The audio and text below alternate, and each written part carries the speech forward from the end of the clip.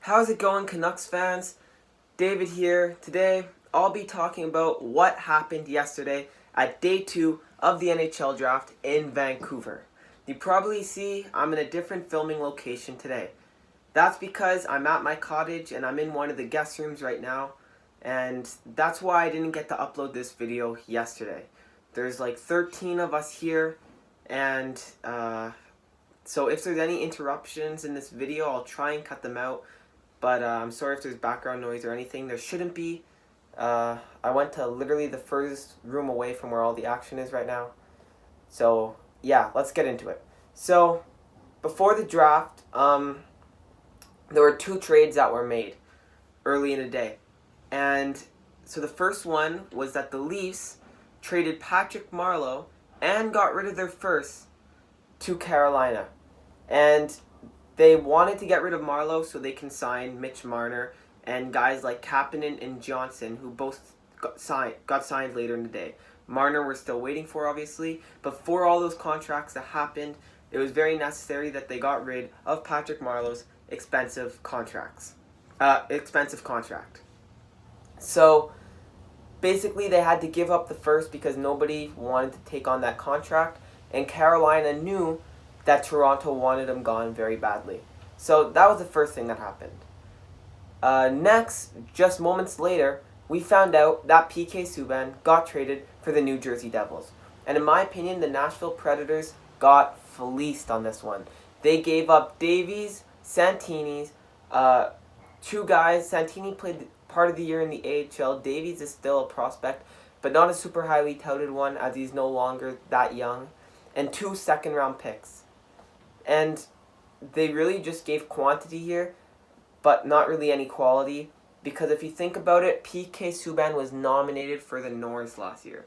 He's a really, really good defenseman. Sportsnet posted an article with the best defenseman in the league when you're looking at advanced stats, and PK was top 5 in the league. So I know Nashville wanted to get rid of him because of the $9 million that comes with him.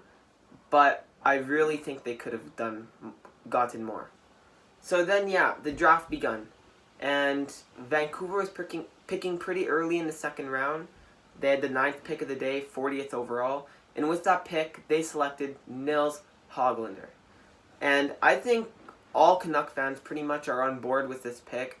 He's skilled, he has grit, he can score, he's a left winger. And there's a lot going for this kid. And I saw some people had him ranked like late first round, and we got him almost mid second round. So I think it looks like a good pick. I can't really say much for any of the other guys, as I haven't watched this kid play, and I haven't watched most of the kids in the second round who went play. So, but I'm happy with the pick. I trust in Jim and all the scouts. So then, just after this, we found out that JT Miller was coming to Vancouver. And we didn't know for what yet. We probably had to sit there for 20, 30 minutes waiting. And I was at work, and I had one headphone in listening to TSN 1040, waiting for the news anxiously. And initially I was like, yeah, let's go. JT Miller is, even though he had only 13 goals last year, he still had 47 points. And that's remarkable considering how buried he was on that deep Tampa Bay team. Also, the year before that, he had 23 goals, and the year before that, he had 22 goals. And in my opinion, he's considered a proven 20-goal scorer in the league, and he will slip right into our top 6. And Green said he'll play with Pettersson and Besser, but also I think he could be a winger for Horvat that we need. I think it's also, I was also happy about Miller because, he's not that much older than our core. He's only 2 years older than Horvat, and he'll be there for when Horvat has the good contract that he's on. Because we know that if we had to re-sign Horvat today, look at Kevin Hayes. Kevin Hayes is making $7 million. We would be having to pay Horvat a lot more. And I just believe that JT Miller is a good fit. So I was in this pretty good mood, waiting to see what we would give up. I saw somewhere online it would be picks. I thought it would be 2 seconds or something. Because, I don't know, I was just waiting to see what it would be. And then I found out that we were giving up a first round pick in either 2020 or 2021. If we make the playoffs next year, the pick is for 2020, and if we do not, then the pick is for 2021.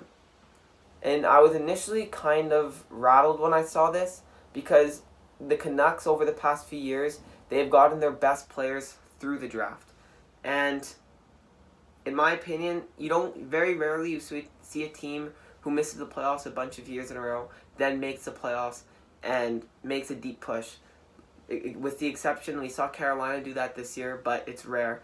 And my fear is that if we get to the playoffs and go out in round one, our pick can still end up being like 17th, 18th overall, which is still a pretty valuable pick. And initially I was upset because Tampa Bay wanted to get rid of this guy. They needed to free up a contract to be able to go after anybody in free agency, to be able to keep the guys that they have. And Tampa wanted this guy gone. And we saw the Leafs give up a first to get rid of someone they wanted gone, and we gave Tampa a first for somebody that they wanted gone. And so initially I was pretty rattled just thinking about that, how we gave up a first. But then I thought a bit harder about it, and I've kind of became okay with it. I still think we could have paid less. But we need secondary scoring. In my opinion, we needed secondary scoring as desperately as Tampa needed to get rid of that contract. And also, Tampa does have other guys on bad contracts. And JT Miller's number itself isn't bad. He gets paid $5.25 million for the next 4 years, which in this day's NHL for a 20-goal scorer is honestly pretty good. So, and also, he is a proven 20-goal scorer, and he hasn't always had the best line mates. I know in the Rangers, when he had 20 goals, he wasn't playing with superstars. Then in Tampa, he was playing on their fourth line last year for most of it. Imagine next year with Pettersson and Besser. Honestly, I don't want to get too excited or pump him up too much, but he can be a 25 and maybe, I'm scared to say it, but 30-goal scorer, man. Like, he can. He's gotten 23 goals on playing fourth-line minutes or on a pathetic Rangers team. And I've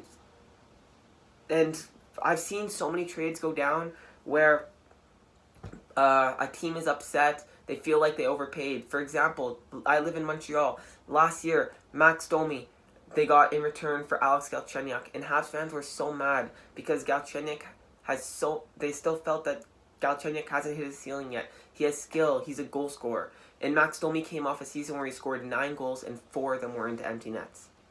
But now, no one in Montreal is complaining. And in my opinion, if JT Miller goes and scores his 27 goals next year, none of us will be complaining, especially if we make the playoffs. So, although it was steep, and I think we could have maybe used that first round pick on other things, it's kind of too late, and I've kind of just accepted it, and I'm just excited to see JT Miller now in a Canucks uniform. I think JT Miller is a good player. So, I really look forward to the fall. I think he'll be dynamite with Pettersson and Besser, or if they play him with Horvat. And he can even slip in on our power play. I watched him with Tampa. He loves being in that goal line spot. I saw him set up Braden Point so many times with that pass from the goal line up the point for the one-timer. And Point scored so many goals from there. So, I don't know. I think Miller can be really valuable to the team. And I'm not as angry as I saw a lot of Canuck fans were on Twitter. I think it's okay.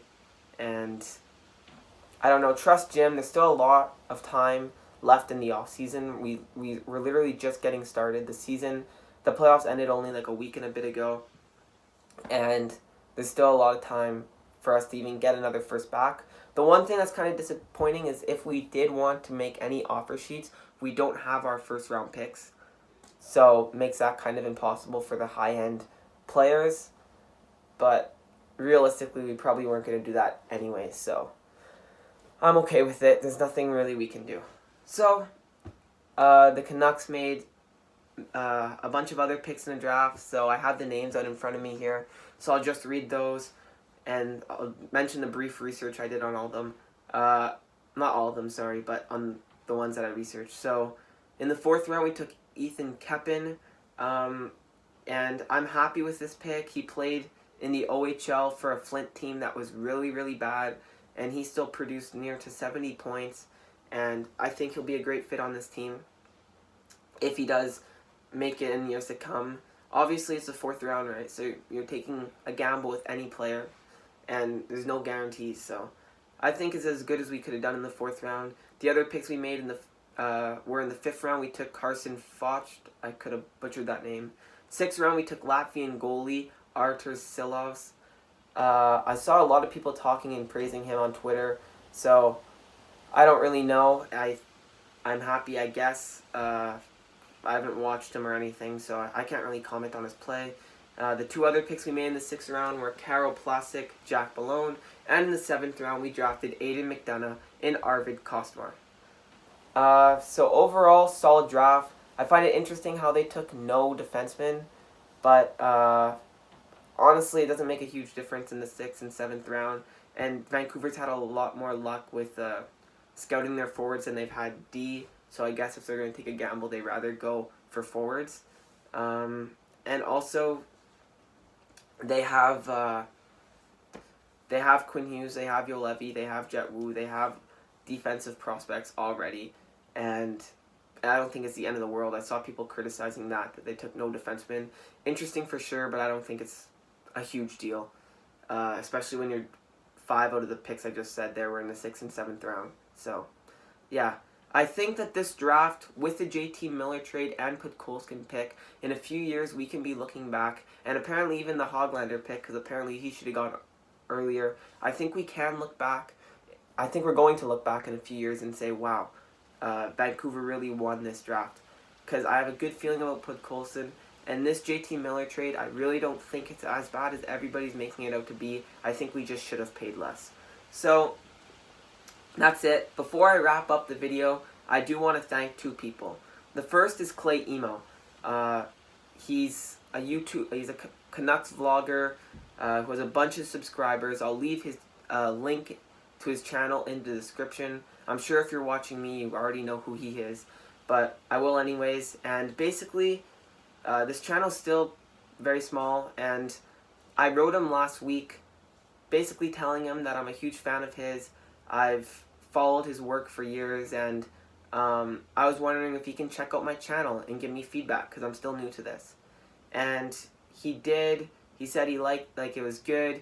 He sauced me a follow, and he even shared me to all of his followers on Twitter, which was just so cool, saying go check out his awesome video.